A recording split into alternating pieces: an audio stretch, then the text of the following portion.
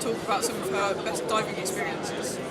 So, Alright. to get into it, when and how did you get into diving in the first place? I wanted to dive from the time I was a little kid, but I had to earn the money. You know, I had to put away money and get ready for training. So I didn't learn until I was in university. All right. Yep. And I started diving in Canada in a place called Tobermory, which is a underwater marine sanctuary full of shipwrecks. So fantastic. That sounds amazing. Yeah, freshwater, 200-year-old wooden intact shipwrecks. Beautiful. So, is that kind of when you discovered that you liked more extreme diving, like cave diving, mine diving, or did that come later? That kind of came later. I mean, I just wanted to be in the water. From the moment I finally had the chance to start diving, I was every weekend figuring out how I could get back in the water. And one course led to another, and expanded my horizons. And sure, I wanted to be an explorer. I wanted to do something that nobody had done before. And so that led me towards some of the more extreme diving.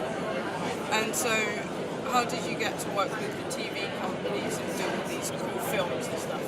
I have a Bachelor of Fine Arts in Visual Communications Design. So my first career in life, I had a small advertising company, and I was very successful, and things were going well, and I was teaching scuba nights and weekends. But I was sitting in my office one day, and I thought, my life is upside down. I need to be outdoors and underwater, and so I sold everything. And I vowed to find a way to be creative underwater. And well, I mean, I started with nothing, and when you got nothing, you work really hard. Yeah. And I volunteered for projects, met the right people, and one thing led to another. What do you think your proudest moment was? Boy, that's tough. I think a couple years ago, the Governor General of Canada awarded me with a very rare medal in Canada. It's called the Polar Medal, and it's for work, both my sort of extreme diving, but the education from it, from diving in the polar realms. And at that ceremony, it was one of these very formal, you know, the pipers lead you in and everything else. I walked by my father in the audience, and my father was crying, and that was it. That must have been it. Yeah. So, do you think you could pick your favourite dive site? My favorite dive site? I don't think I can. I mean, there's so many that I love. I was going to say that's so different. My favorite part of the world to dive in is the west coast of Canada. Yeah, beautiful. Marine life. Great. Yeah. So, what would you say to young people who want to get into doing a career like yours? Know that you can do anything. In fact, not only that you can do anything, you can do way more than you imagine, just through hard work and tenacity. You know, these days we live in a global, interconnected world with the internet, and you can reach out to anyone, as you reached out to me. It's easy. And get tips and connections. It's all about meeting people. And, you know, work hard, volunteer, and then ask for the gig. So this is kind of a different question, but if you had never got into diving, or you couldn't dive for some reason, what job would you have? What would you want to be?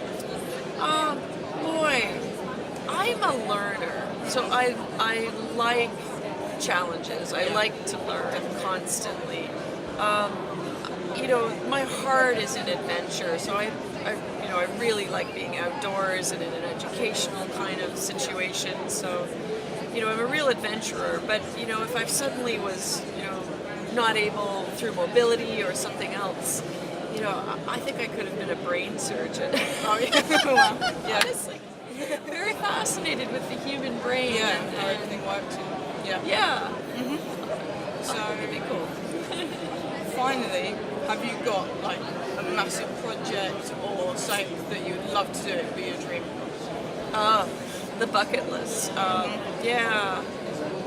want to be an astronaut. I'd like to go to space. Same. Same. Yeah, I'd like to go to space. I'd like to map Google Oceans. You know, I'd like to be a part of revealing what's, you know, drain the surface and show everybody what's below. Yeah, there's so many things. And then there's places, there's bucket list places like the Galapagos, Cocos. Yeah. Yeah. Yeah, they're amazing. And what about you? What's your bucket list dream? That's really difficult. I think probably just filming anything underwater would just be amazing, like Blue Planets, like David Attenborough stuff. Yeah. Anything to do with that, it would just be amazing. Well, you've already started, so good stuff. Cool. Excellent. Anyway, thank you so much for talking to me. Thank you. I expect to see you on TV. Right.